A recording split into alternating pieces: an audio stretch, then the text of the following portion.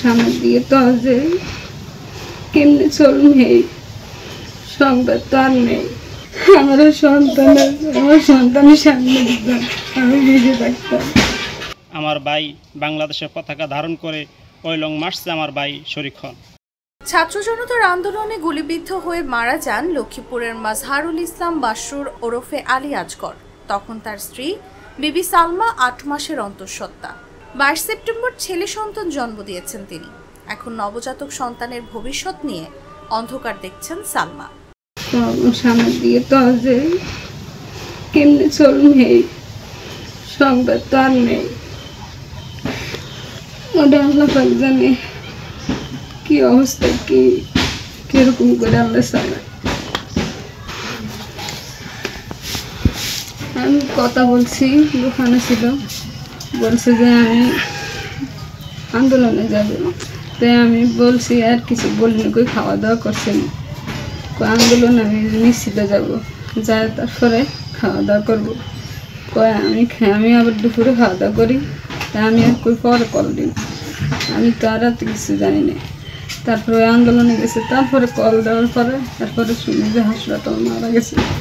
তার 3.5 বছর বয়সী নাফিজা আক্তার নামের আরও এক সন্তান রয়েছে। গত 5 আগস্ট গাজীপুরে বৈষম্য বিরোধী আন্দোলনে গিয়ে গুলিবিদ্ধ হয়ে মারা যান মাজহারুল ইসলাম মাসরুর। জি, আমি আন্দোলনের ব্যাপারে কই, আমার বাপে কয় আন্দোলন চলে, বলছি আমি আন্দোলনে গেলে শহীদ হব। আমার আন্দোলনে, আমি আর আন্দোলনে যাইতে আমার সন্তান নিয়ে, আমারও সন্তান আছে, আমার সন্তানের সামনে দিতাম, আমি বেঁচে থাকতাম। নিহতের স্ত্রী বিবি সালমা বলেন, মেয়ে প্রতিদিন বাবার সঙ্গে ফোনে কথা বলতো, 1.5 মাস ধরে তা হচ্ছে না, এই জন্য কান্না করে। আমার সন্তানের বাইরে দেখে, ভাই দেখো ভিডিও কলে দেখা ছবি আইনার সামনে চাও, এ যাবো চাও তুমি আজকে নানুকে কই যেমন লাগবে কদিন আপনারও দেখেছি।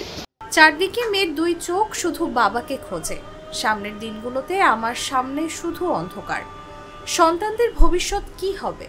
মাসরুর লক্ষ্মীপুরের কোমলনগর উপজেলার পাটবাড়ির হাট ইউনিয়নের চর বড়ালিয়া গ্রামের বৃদ্ধ আব্দুল খালেকের ছেলে। আল্লাহ দেখে গিয়া মর মৌত করছে, বাড়ি থাকলে তো মৌতটা হইতই, মৌত করে আসি, তবে না দিনের কাজে যাইয়া আর ইয়া করছে যে আমি হাতার শুকুর করতে আসি কোথায় দরবার জড়িত হয়ে এমনকি যখন লং মার্চ হয়েছে তখন ওই লং মার্চে আমার ভাই বাংলাদেশের পতাকা ধারণ করে ওই লং মার্চে আমার ভাই শরীক হন।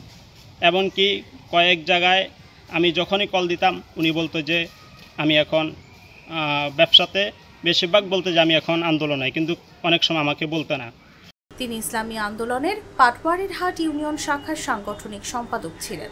জীবিকার তাগিদে মাদ্রাসায় শিক্ষকতা, পোল্ট্রি খামার ও ইলেকট্রনিক্স সরঞ্জামের ব্যবসা করতেন, তবে কোথাও স্থায়ী হতে পারেননি। সবশেষ 7 মাস আগে ব্যবসার উদ্দেশ্যে গাজীপুরের শ্বশুর মোহাম্মদ মুস্তফার কাছে যান, সেখানে ভালোই ছিলেন।